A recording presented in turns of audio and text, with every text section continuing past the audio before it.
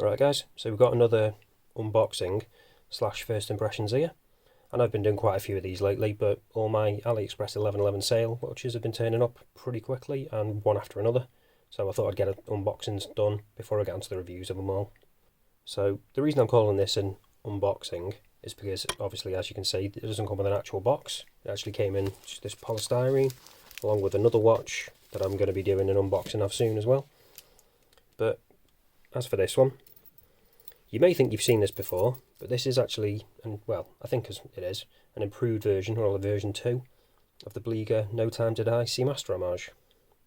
So the original one, well, the original Bliger one, obviously not the actual original, came with weird orange coloured indices and marks on the bezel, as opposed to this more, what do you call it, like a vintage kind of yellow colour.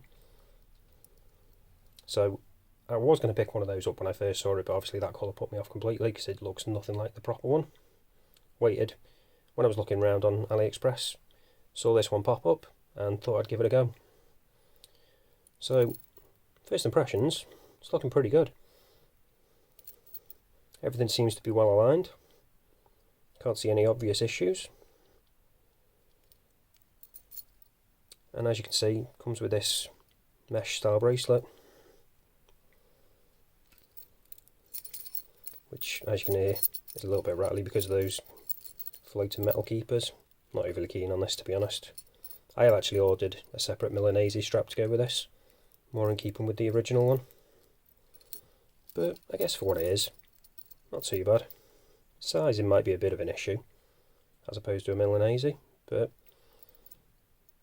they're cheap enough to pick up. And like I say, I've got one of them on the way, so hopefully by the time I get the review done for this, it'll be on that. So let's test out this bezel quickly. Sounding alright. No playback, which is always good.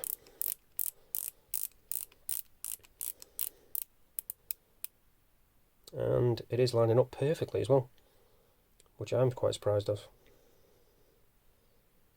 because I've had watches that have been quite a bit more expensive than this one, which haven't lined up at all. One that springs to mind is the Pagani, not the No Time to Die one, well, that model, but a different colour version that I have. In fact, speaking of that, I might actually do a comparison between the two of them. If you'd be interested in seeing that, just leave it down in the comments, let us know, because I think it might be quite a good comparison to do. But as you can see, as with most Bligers, sterile case back, unsigned crown, just branded on the dial, nothing on the buckle. So, pretty simple, but for the price you're paying, I think it looks pretty good.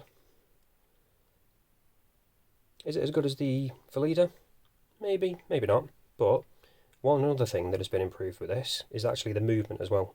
In this one I've got, it's actually got an NH35.